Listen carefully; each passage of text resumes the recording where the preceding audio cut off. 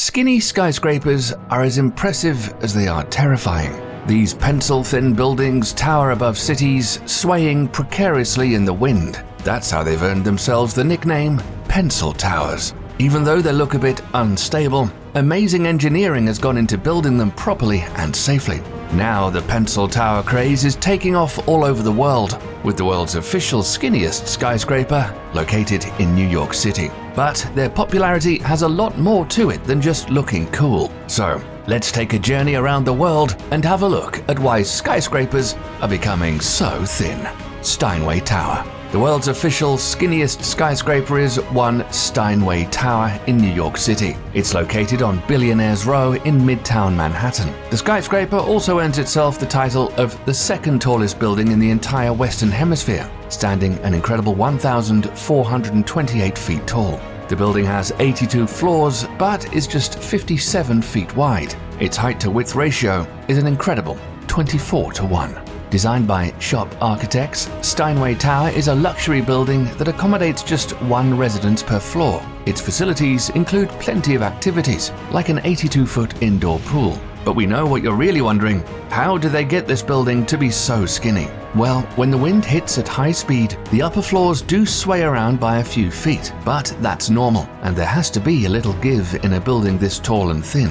To prevent damage, the architects created a counterbalance with steel plates. There are also 200 rock anchors placed 100 feet down in the bedrock under the building.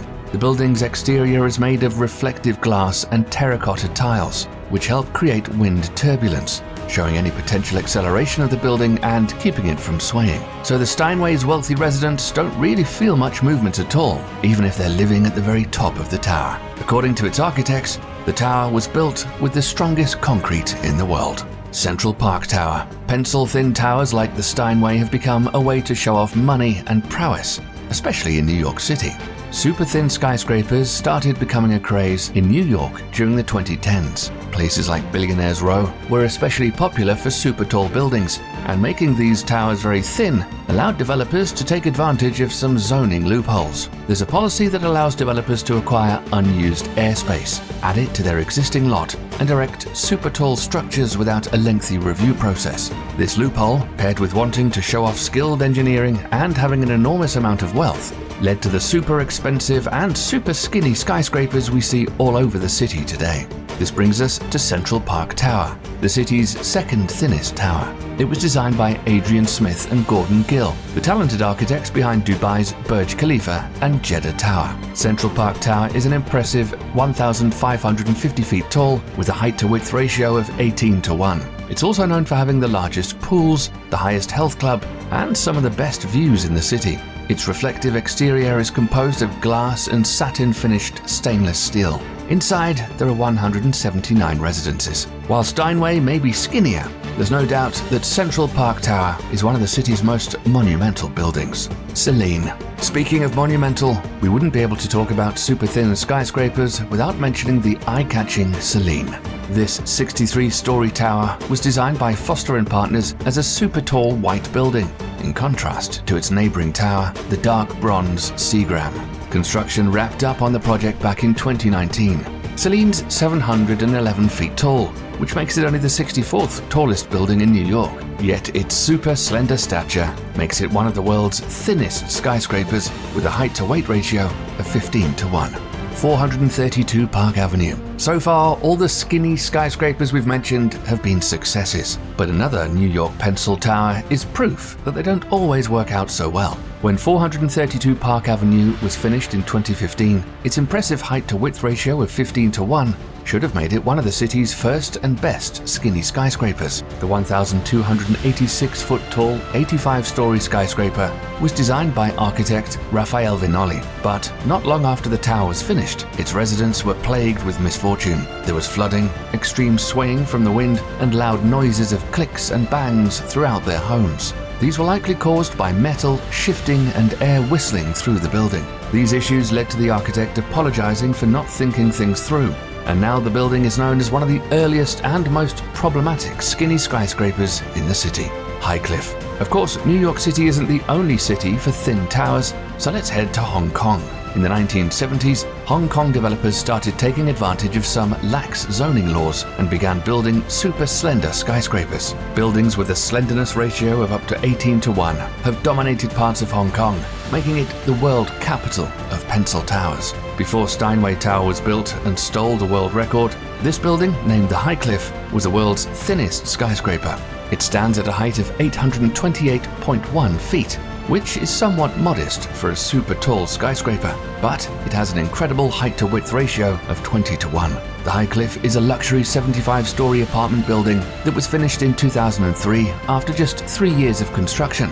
A passive wind damper is located at the top of the tower. It was the first of its kind used in a residential building and has benefited the skyscraper by slowing extreme winds from typhoons that plague the city.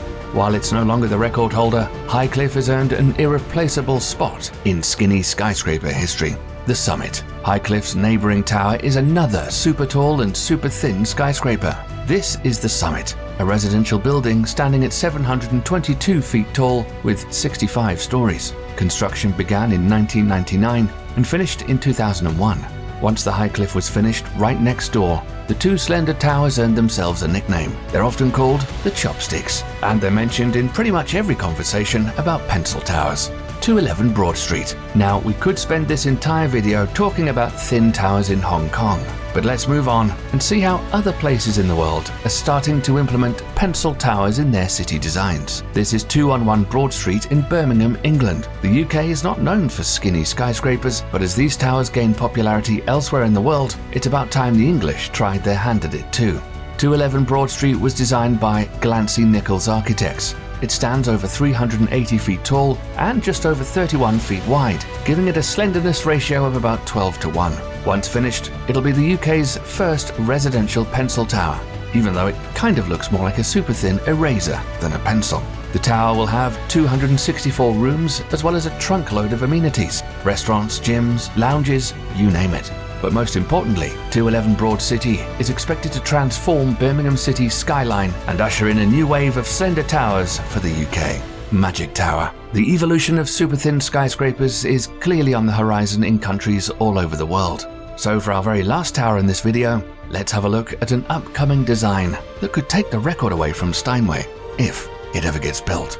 This is Magic Tower in Melbourne, Australia. Well, it's been designed for Melbourne, but it doesn't actually exist yet. If built, it'll be Melbourne's tallest skyscraper at a height of 1,082 feet. What makes it so unique is that it's planned for a triangular plot of land. The angled plot is just half the size of a tennis court. Based on the shorter side of its width, it would be just over 40 feet wide. It would effectively have a slenderness ratio of 26.6:1, breaking the world record. Do you consider its triangular base cheating? After all, a similar sized building with a rectangular base would have a height-to-width ratio of 18:1. But whether you consider it cheating or innovation, there's no doubt that Magic Tower would become a construction marvel once built. Magic Tower is being designed with a series of open floors to allow wind to penetrate the structure. The tower will have a stepped western edge and a tapered eastern edge, which would reduce load and laminar flows. But whether or not the tower will eventually get built is still up in the air. Now that you've got the skinny on super thin skyscrapers, which of these amazing buildings would you want to live in? Could you have a penthouse on the top floor, or would the high winds and dizzying heights be too much to handle? Drop your answer in the comments. There's a lot more about skyscrapers on our channel, so don't forget to like and subscribe for more. Thanks for watching, and we'll see you next time.